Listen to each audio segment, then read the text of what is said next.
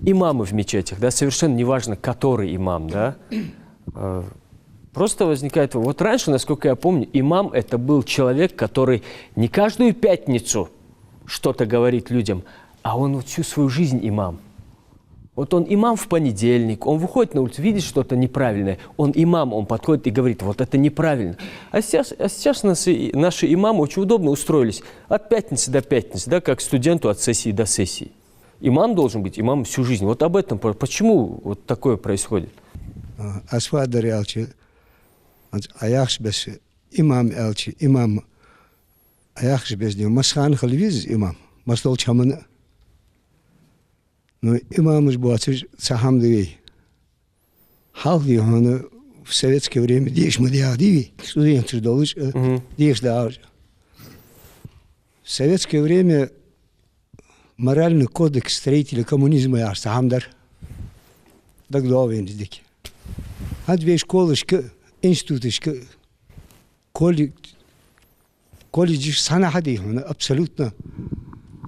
Бережьте, он идеологически болт слабый. Потому что нет идеологии. Они алджбайфун алдучи с берди в возрасте от 15 до 22 лет это пластилин, из которого можно лепить все, что угодно. И если в этом возрасте его морально с него ничего путного не получится. Поэтому в первую очередь, я думаю, нам надо как никогда усилить идеологическую работу в школах, высших и средних учебных заведениях. Вот мы говорим о вербовке, а вербуются как раз ребята этого возраста, от 15 до 25 лет. Это такой возраст, что с ними надо постоянно повседневную работу. И имамы, и учителя, и родители, и все мы неустанно каждый день надо этой молодежи внушать, вот что хорошо, что плохо. Обвинять отдельных людей это легко. Но когда мы говорим об общей проблеме, мы должны решать эту проблему все вместе. Иначе ничего не получится. Потому что сейчас мы знаем прекрасно, что в нашей республике в каком состоянии у нас экономика. На самом деле в республике нет ни одного бюджетообразующего предприятия. Молодежь не востребована. Потому что 90% этой молодежи, они остаются за бортом.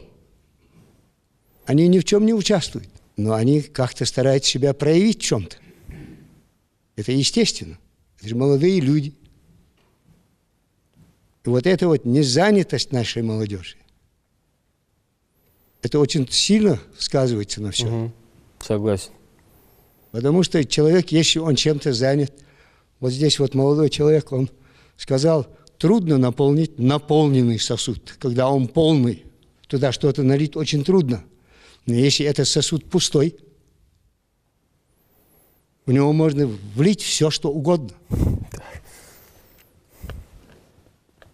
Я бы хотел, чтобы вот на это обратили особое внимание.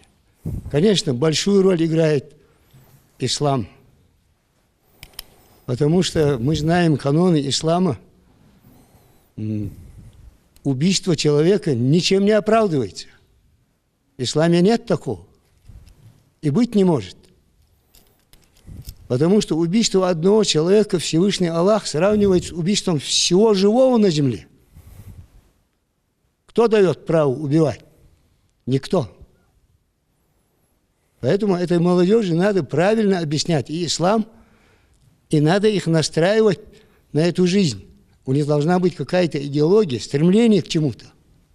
Но если мы просто будем говорить, что у нас молодежь такая, сякая, но если мы не будем их правильно направлять, у нас ничего не получится.